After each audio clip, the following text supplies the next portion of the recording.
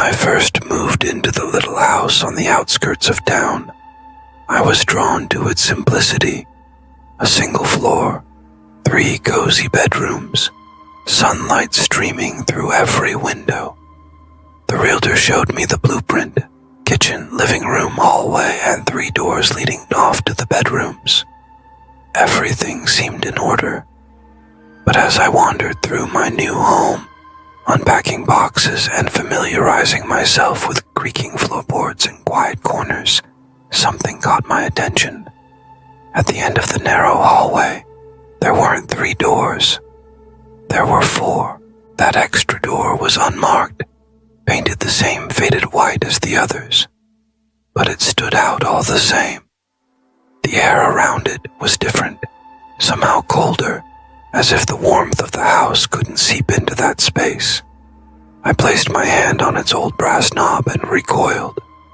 The metal was icy, almost painful to the touch.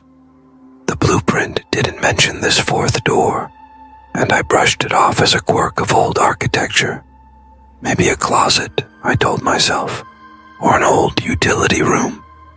Something easily explained. Yet as night fell and the house settled into silence, the unease lingered.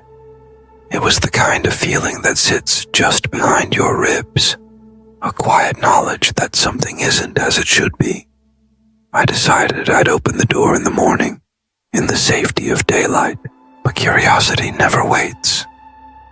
The next day, unable to quiet the persistent urge, I turned the cold knob and gently pushed the door open. Inside was a small windowless room, its bare walls painted a dull, oppressive gray. The only thing in the room was an old wooden chair, placed precisely in the center. No dust, no cobwebs, no sign that anyone had ever used the space. I stood at the threshold, heart pounding, the silence inside almost deafening. There was nothing remarkable about the room, but the emptiness itself felt deliberate, purposeful. That night, my sleep was troubled.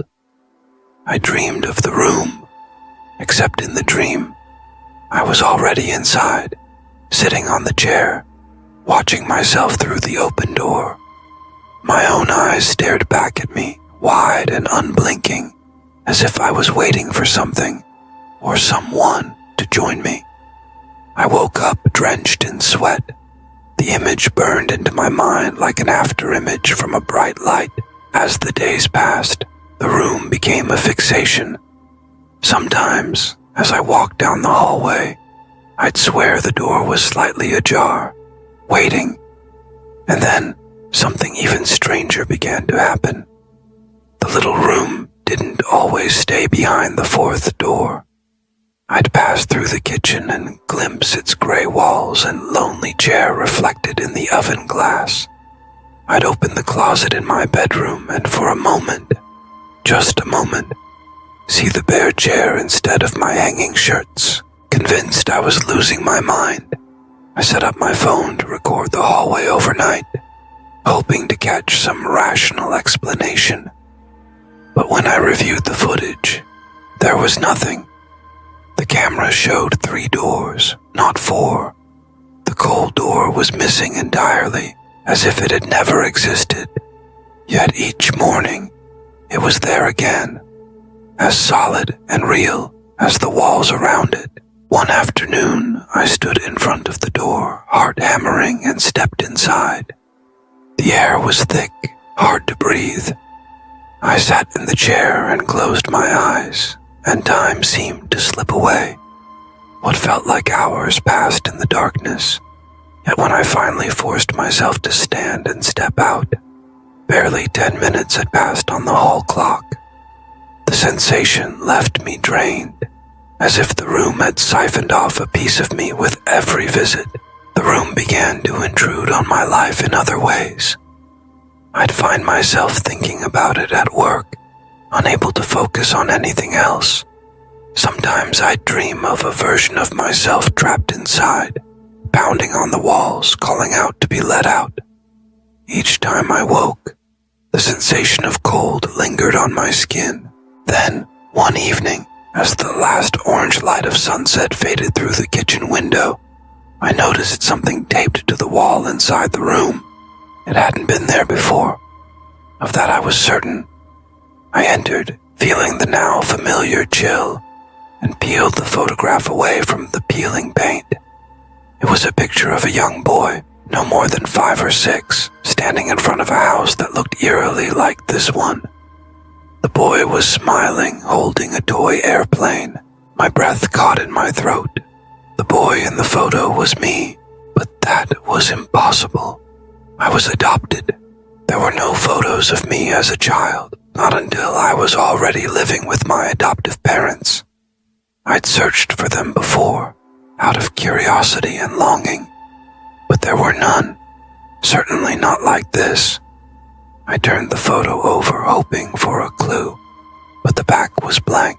The walls of the room seemed to close in, the air growing even colder. I stumbled to the door, desperate to leave, but as I reached for the knob, it slammed behind me with a force that rattled the entire house. I was trapped in the room, alone, the photograph trembling in my hands. The darkness pressed in, and I realized I was sitting in the chair, just as in my dream. Time stretched and twisted, my memories churning in the gloom. Who had built this room? Why was it here, and why did it know me? As the cold deepened and the silence became absolute, a single phrase echoed in my mind, chilling me to the bone. To be continued in part 2, the one who built the room. He stands frozen in the center of the room, heart pounding in his chest, the silence so thick it almost hums. But then, beneath the hush, he hears it, breathing, soft, ragged, and unmistakably human. The sound seems to emerge from behind the battered old chair in the corner. He wants to believe it's a trick of his imagination. Yet as he stares, the chair's shadow shifts, and the breathing grows louder, as if whoever or whatever is there is matching the rhythm of his own lungs. Goosebumps prickle along his arms, and he takes a tentative step back. On the wall, the faint scratches he'd noticed earlier catch the light. Now, with his eyes adjusted, he can see that the scratches aren't random. They form words, rough and desperate, clawed into the plaster by trembling hands. You came back. The message is accusatory, pleading, and as he traces the letters with his eyes, a chill deeper than fear settles over him. He isn't alone here. He never was. A flicker in the periphery catches his attention. A sudden flash, like a strobe, and then gone. He blinks, but in the instant before his vision clears, he sees another figure in the room. The person stands just out of reach, half shrouded in shadow, but there's no mistaking the face. It's his own. The apparition's eyes are hollow, its expression twisted with longing, or perhaps resentment. Every few moments, the vision shudders back into existence, a haunting mirror image that stares at him across the years and walls. The atmosphere thickens, and the room itself seems to shift, becoming something more than 4 walls and a door. Suddenly, he is pulled into a torrent of fragmented memories, vivid and unsettling. He sees flashes of events he can't recall, yet each one tugs at something deep inside him. A surge of fear, a pang of loneliness, a desperate hope for rescue that never comes. In one vision, a boy sobs quietly in the darkness, tracing the cracks in the ceiling with his eyes. In another, hands pound futilely against the door, fingernails splintering as no one answers. He feels the weight of years pressing down, the gnawing dread of being forgotten. As the visions fade, he notices something he hadn't seen before. A stack of old journals piled in the corner, spines battered, pages yellowed with age. He kneels and picks up the top one. The handwriting is unmistakable, his own looping script, but the words are foreign, the entries dated long before he ever set foot in this house. Each page is filled with the same desperate longing, the same slow unraveling. The truth begins to creep in, insidious and undeniable. He reads, Day 1, they said it would only be for a little while. Day 300, I don't know if anyone remembers I'm here. The entries grow more erratic, more frenzied, until the final page trails off into illegible scrawls. He feels his pulse racing as he tries to make sense of it all. If he didn't write these, then who did? And why do the words feel like memories, not stories? A sudden, wrenching realization crashes over him.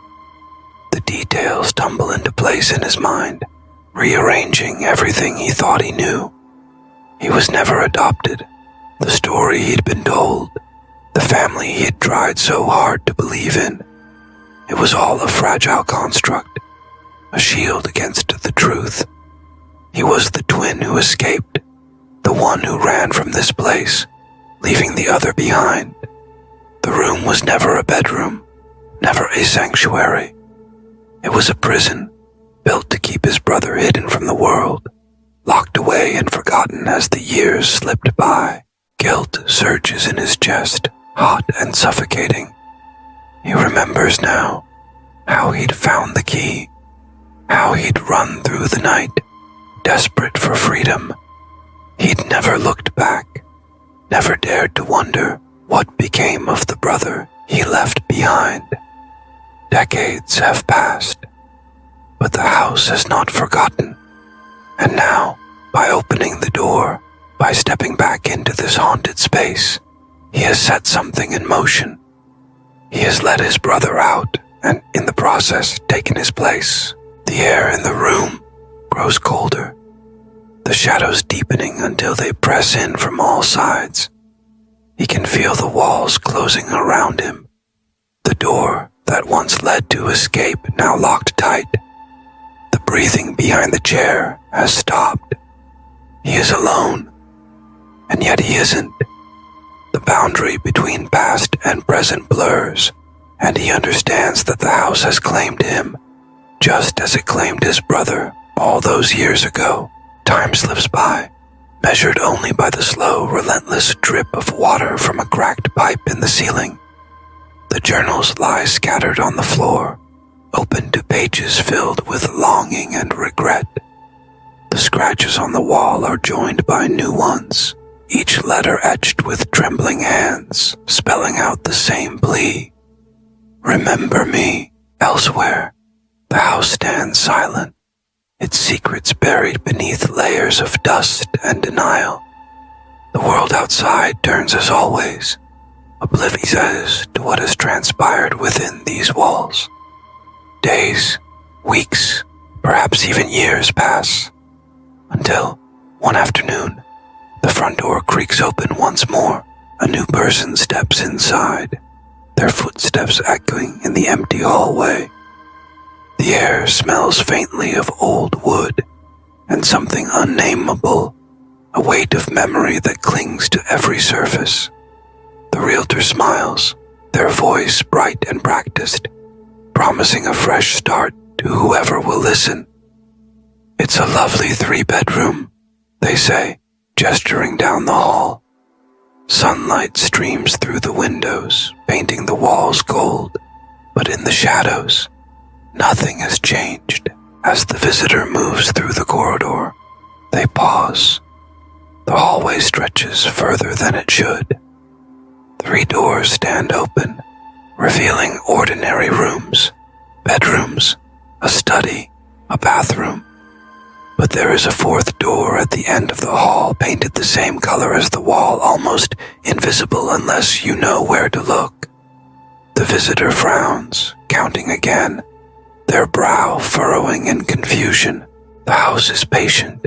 It waits, as it always has, for someone to see, to remember, to understand. Some rooms aren't built. they're remembered. And in this house, memories never fade. They linger, echoing through the halls, waiting for the next soul to step inside and discover the truth that has always been hiding in plain sight.